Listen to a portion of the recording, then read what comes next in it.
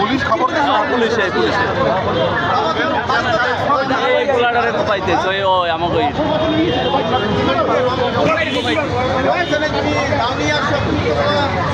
তুমি দাউনি আসছো কেন এই জায়গায় এই বেটা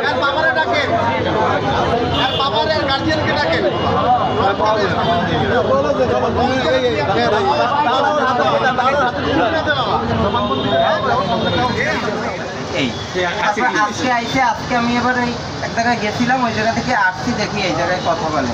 তারপরে এই বসে বললে কি লেন্সটা পাল্টাইয়ে দিও। আচ্ছা ঠিক আছে দিমোয়ানে, তো আপনি আমার ওয়াইফের সাথে রিয়াক্ট করছেন কেন, খারাপ ব্যবহার করছেন বলছি। তারপর কারণ না ইয়ে করলেই আমার ধাক্কাই বাইরে নেওয়া শুরু করছে। আমি তো বাইরে যাবো না দোকানে।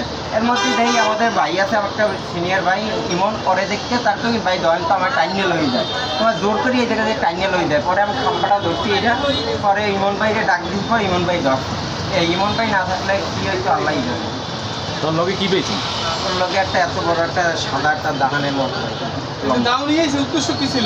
সেটা তো আমি দেখিই নাই ওর সাথে যাওয়া তো এই মুহূর্তে আমি এই কাহিনীটা দেখলাম যে ওরা নিয়ে দাওয়া দেওয়া এখানে দাও নিয়ে আসছে, হয়তো দৌড়ে দেওয়ার জন্য বা এই জন্য।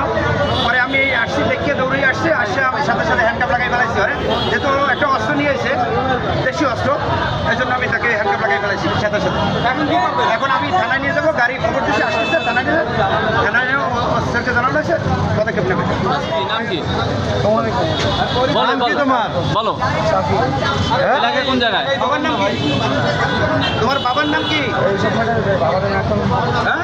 আর তোমার বাবার বাবার নাম কি? বাবার নাম কি? আমি বলছি তোমার বাবার নাম কি? বলো। তোমার বাবা কি করে? বাসা কোথায় তোমার? রূপতলী হাউজিং থেকে এখানে আসছে দাঁড়িয়ে কোপাইতে মানুষকে।